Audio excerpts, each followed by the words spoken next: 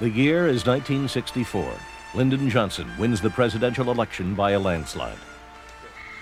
At Kennedy Airport, young New Yorkers meet the Beatles as the Fab Four's first American tour begins. I am the greatest. Elsewhere in the city, Cassius Clay makes a familiar announcement. Tell him, what are we going to do? We're going to float like a butterfly and sting like a bee. Rumble, young man, rumble. That's what we're going to do. You heard it. That's my trainer. He'll tell you. Far to the south, Miami was where the 60s beach boys and girls spent their days on the water and their nights on the prowl. For many, the lifestyle consisted mostly of sex, parties, and above all, surfing.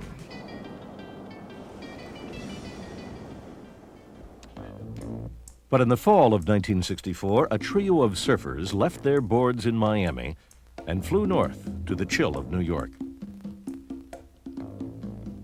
They were Roger Frederick Clark, age 29, 26-year-old swimming instructor and diver Alan Kuhn, and 27-year-old surfing champion Jack Roland Murphy, also known as Murph the Surf. They had dreamed a crooked dream down on Miami's beaches, an idea of how to finance their lifestyle for life. Their target was the American Museum of Natural History, overlooking Central Park. Over the years, this museum had become home to one of the world's most dazzling collections of precious stones. The three beach boys checked into an expensive hotel about 10 blocks away.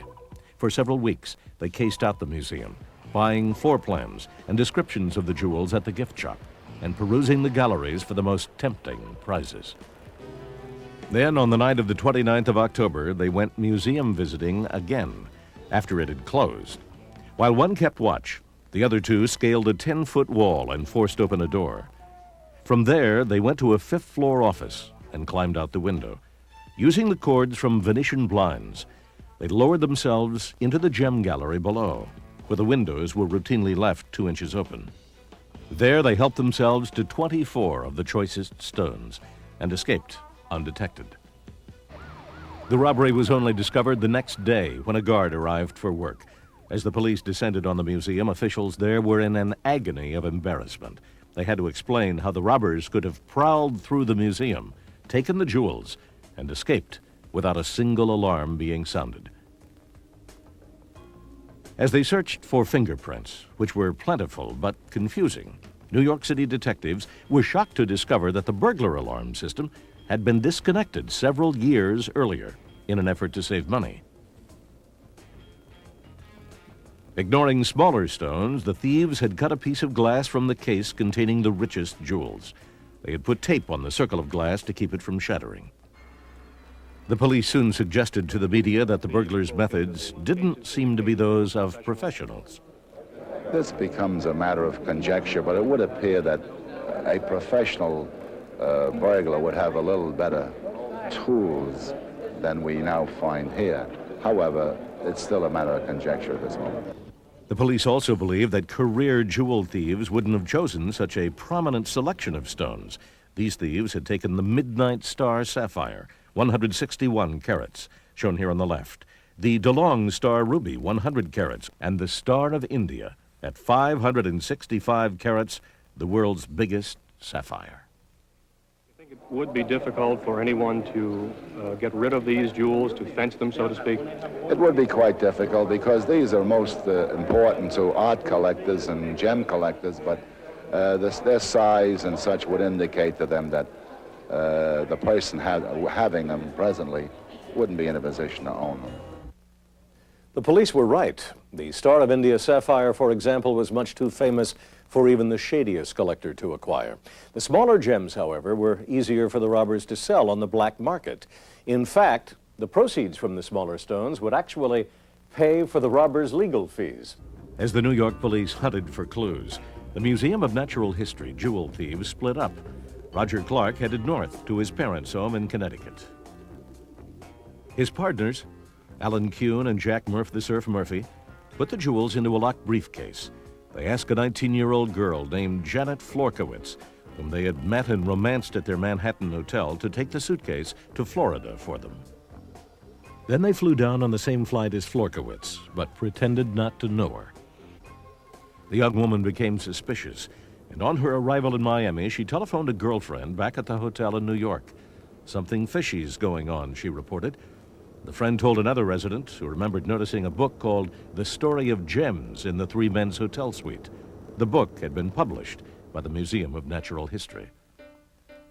They went to the police, and within hours of the robbery, detectives in New York were ready to swoop down on the first of the three young men who'd pulled off one of the most daring jewel robberies of the century. The FBI was waiting at the hotel when Roger Clark drove back into Manhattan to collect his belongings, which included burglary tools and photographs of parts of the museum. Meanwhile, down in Miami, agents hammered on the door of the apartment where the other two robbers lived. Murph the Surf was home with two girlfriends for company. Wearing only a pair of shorts, he had no chance to make a getaway. "I was supposed to be on my way to Hawaii to surf," he complained. "This has fouled the whole thing up." Minutes later, Alan Kuhn walked in and was quickly handcuffed by the FBI. It was Kuhn who had recruited the informer, Janet Florkowitz, and now he snarled a line worthy of James Cagney. "That's what happens," he said, "when you fool around with square broads." On the 18th of November, the thieves flew voluntarily back to New York to face charges. A deal had already been worked out with their lawyers offering bail in exchange for cooperation.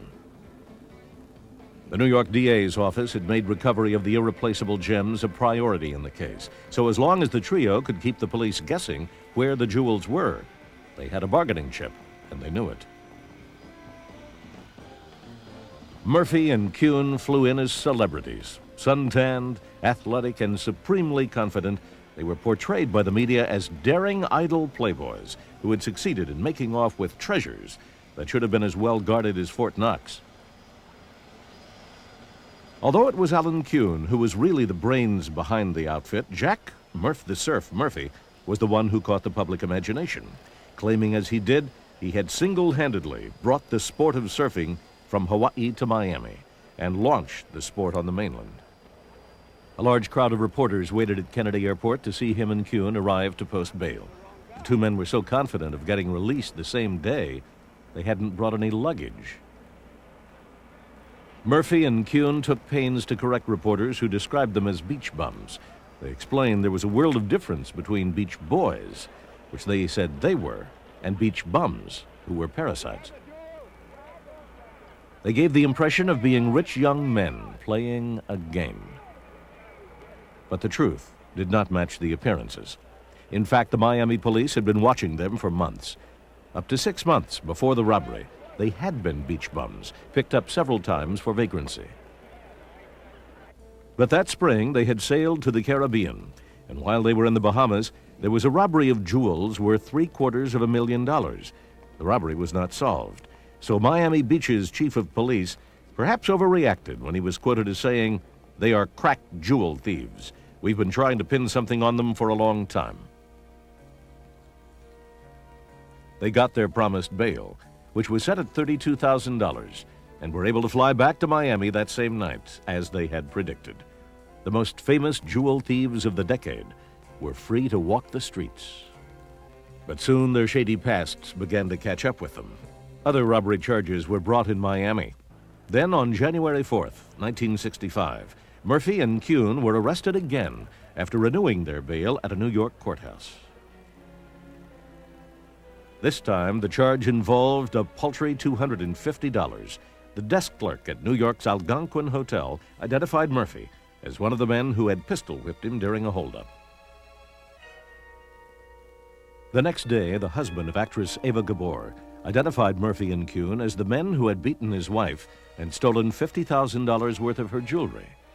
These additional charges against the trio were the result of exhaustive research by prosecutor Maurice Najari, then an assistant district attorney with the New York DA's office. Najari is now semi-retired from private practice. My feeling was that these free spirits could not tolerate jail time.